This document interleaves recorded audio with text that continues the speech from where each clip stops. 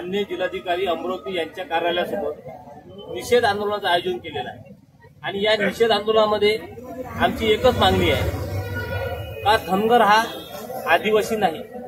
वारंवार सरकारला वेठीत धरून, वारंवार आदिवासीच्या विरोधात जाऊन, वारंवार त्या समाजाला डिवचून तो आदिवासी आरक्षण मागत आहे, ज्याच्याशी अनुसूचितचा काही संबंध नाही, धांगड आणि धनगरचा काही संबंध नाही, परंतु वारंवार सरकारला वेठीत धरून, सरकारवर दबाव टाकून आदिवासीला कसं दबावात ठेवायचं, सरकारला कसे दबावात टाकायचं, याच्यासाठी या धनगर समाजानं आदिवासीचं आरक्षण मागणी सुरुवात केली।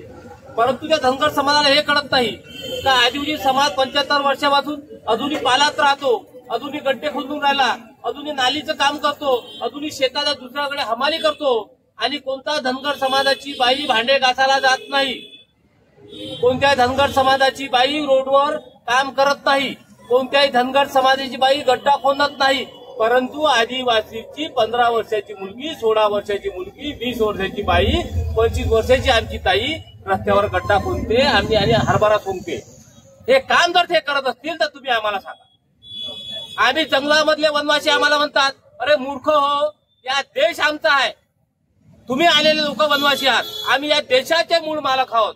एकीकडे आमच्या 2017 मध्ये सुप्रीम कोर्टाने निर्णय दिला की आदिवासीची पदभरती करा, मोठे सर्टिफिकेट घेणाऱ्या लोकांना तात्काळ निलंबित करून यांना नोकरीवर लावा, परंतु सरकारला हे दिसत नाही।